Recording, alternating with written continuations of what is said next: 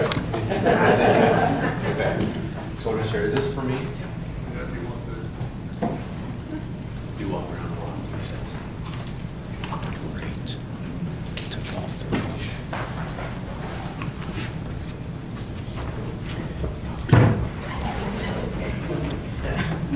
You're way too tall. He's on.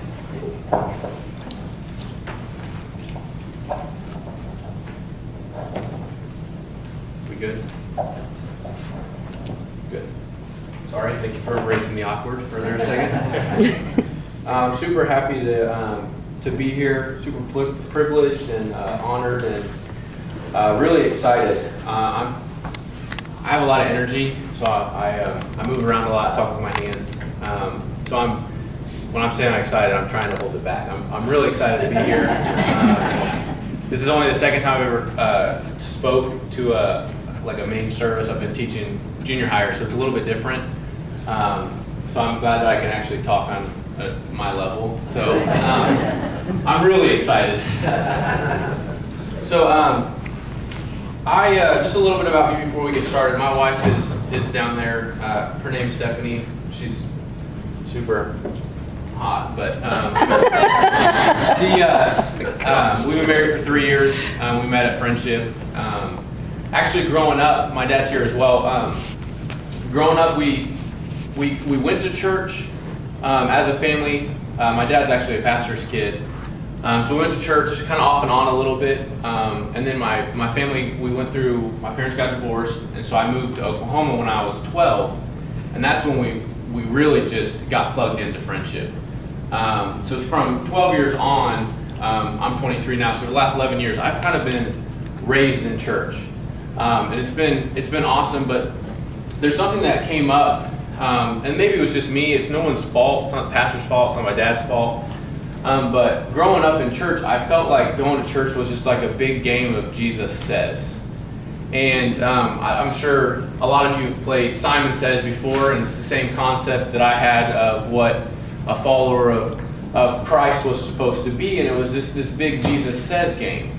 And it's do these things and don't do these things. And that was the limit of what I felt like following Jesus was all about. And this vicious cycle would happen in my life. It would be I would be good for a little bit, and I would do some things, and I might say the right things or go to a couple prayer meetings, or I would do these things, and then all of a sudden I would mess up, and I'd be out of the game. And then I kind of like being out of the game. You know, in high school, you want to be in the game and you want to play, but it's more fun. It's easier to be out of the Jesus Says game. And then church camp would roll around, and I would go to church camp with our high school class, and then I want to get back in the game. I want to be back in the game. And then a couple weeks would go on, and then I would be out of the game again. And if I'm honest, being out of the Jesus Says game was just easier. And but then you go to camp and you get fired up, and sometimes I would do really well. I would get past the 2 weeks after camp, and I would still be playing the Jesus Says game. But what would happen is I became super judgmental to the people who weren't playing the Jesus Says game, or not playing it as well as I am. I'm like, you need to do what Jesus says, because I'm doing what Jesus says, and you need to be doing what Jesus says. And then you go through this battle of they're maybe having a little bit more fun than I am, and I'm like, they're not. They need to be playing this game. I know it's just this vicious cycle.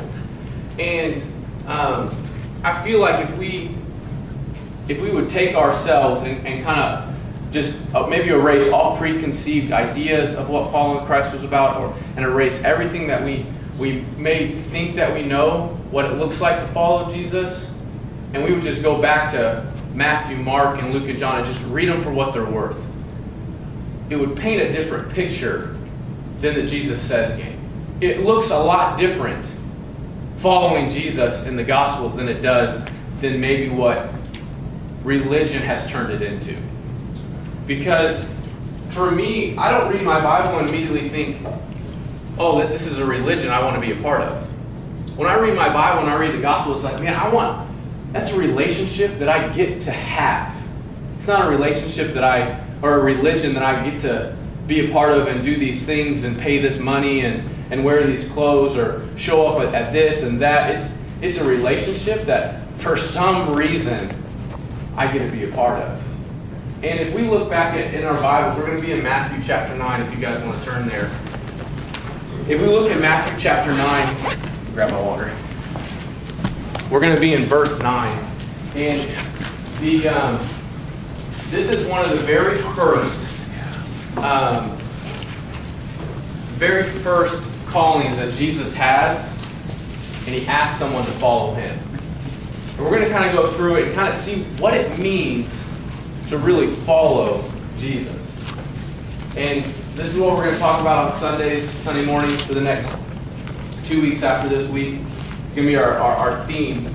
But I think it's important to go back and see what it means to follow Jesus, because it's very, very, very, very relational in the Gospels. I mean, Jesus calls himself Father. And if you guys could remember that relationship of your dad when you were little, like that relationship, he's here, so I'm getting emotional, but it's fine. That relationship is very, very close. And maybe none of you guys were lucky or blessed to have a dad who loved you, and we'll get through it. Hold on. I do this all the time in my church, so people are used to me crying. It's like Joe the Crier. So like Thomas the Doubter, like that's my name. So it just happens. We just work through it. So that relationship was really, really close. And I knew I was loved by my dad. I knew I could go to my dad, hey, you want to go throw the ball? Yeah, let's go throw the ball. Let's go do these things. So for Jesus to say, man, God's our Father. Like, that's not just a word on paper. Like, we have earthly fathers that do, compared to God, do a bad job of being a father. But, like, that's my relationship with dad is really good. And I love my dad. And that relationship was super strong. And for God to say that he's my Father, man, how much better is that? That's not Jesus saying or God saying, like, hey, do this list of things and then you can come into my kingdom. That's very relational. And he also says that he's the vine. And the vine never says to the branch, hey, you need to do this thing to grow. You need to do this. The vine gives life to the branch. And he also says, he calls himself a shepherd. And we talked about in Sunday school, I'm not a farmer either. And so that's like a really bad illustration. But back in that time, a shepherd and a sheep relationship, he would watch after his sheep. And so it's never in the Bible about this Jesus says game. I don't know where I got that. It wasn't my pastor's fault or the leader's fault or really my dad's fault. It's just kind of this twister that I was thrown into. And so we have been invited to be a part of an extraordinary relationship in following Jesus. And if we look in Matthew chapter 9, verse 9, we're going to kind of get started. We're going to read a little bit and then stop and kind of explain a little bit, because it's only 5 verses, but they're very, very deep if we can understand them. And so verse 9 says, and Jesus passed on from there. So stop. So if I haven't been told how long to go, so I know you're thinking, okay, we just read like 5 words and then we stopped. I promise we'll be under an hour, okay?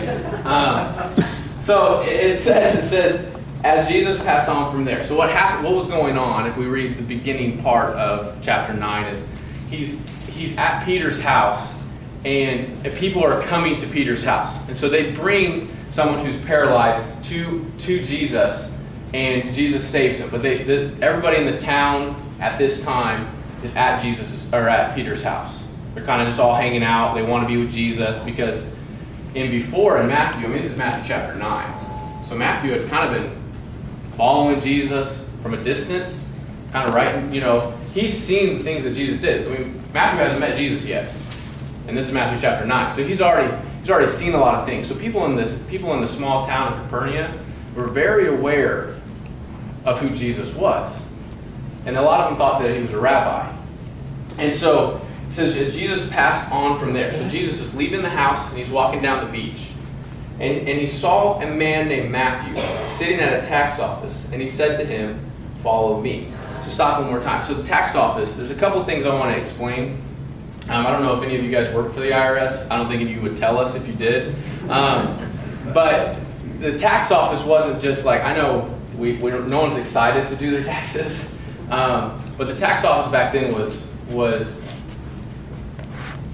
the only really illustration I can think of would be like someone who's a drug dealer. And I know I'm getting, like, that's really serious in our world, but that's how serious it was back then.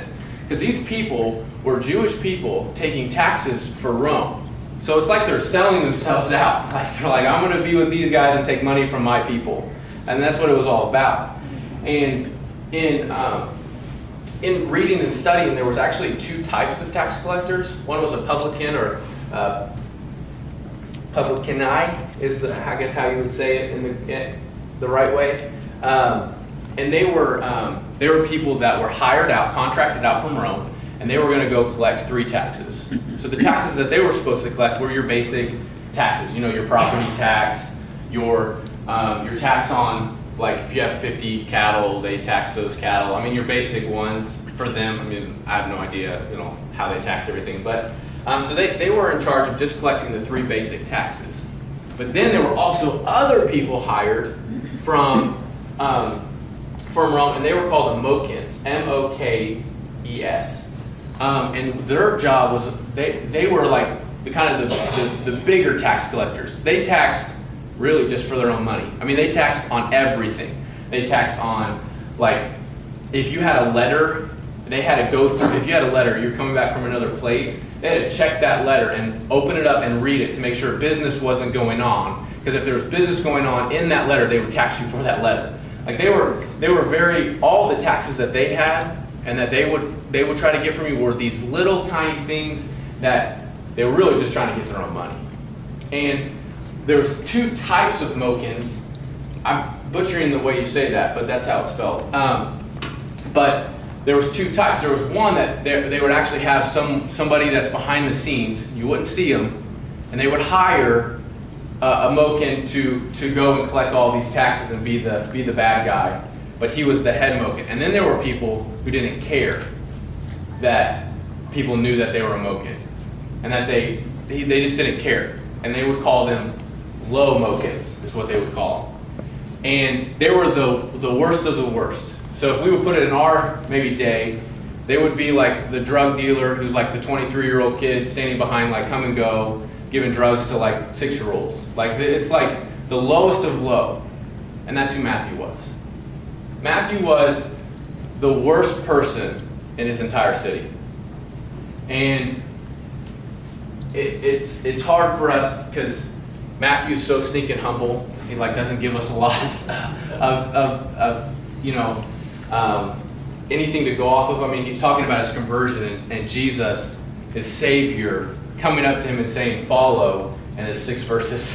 So he's just so humble. We can read in Luke and different passages to see more of the story, but he's just so humble that we don't get that. We don't see how low Matthew was. And it's very important to see that because we don't ever see a response, verbal response. If we keep reading, it says, "And he said to him, 'Follow me,' and he arose and followed him." You don't see Jesus say, "Does your mom know what you're doing? Do you know?" You don't see that. Jesus walks up to him and he says, "Follow me." And we don't see Matthew say, "Well, okay, I know who you are because I've been watching you, and I know if you just give me a couple weeks, I can get enough money to kind of support us the rest of this journey." We don't see any of that. We just see him just get up and he follows. And I think that's important because while I was studying, John MacArthur explains kind of what's going on inside of Matthew's soul. And he says his soul was in a speechless surprise of unexpected grace. His soul was in a speechless surprise of unexpected grace. Matthew knew where he was on the totem pole, so to speak, of the religious game that the Jews were playing. In his time, the tax people the tax collectors on all levels, the only people they hung out with were prostitutes and sinners. Those are their only friends.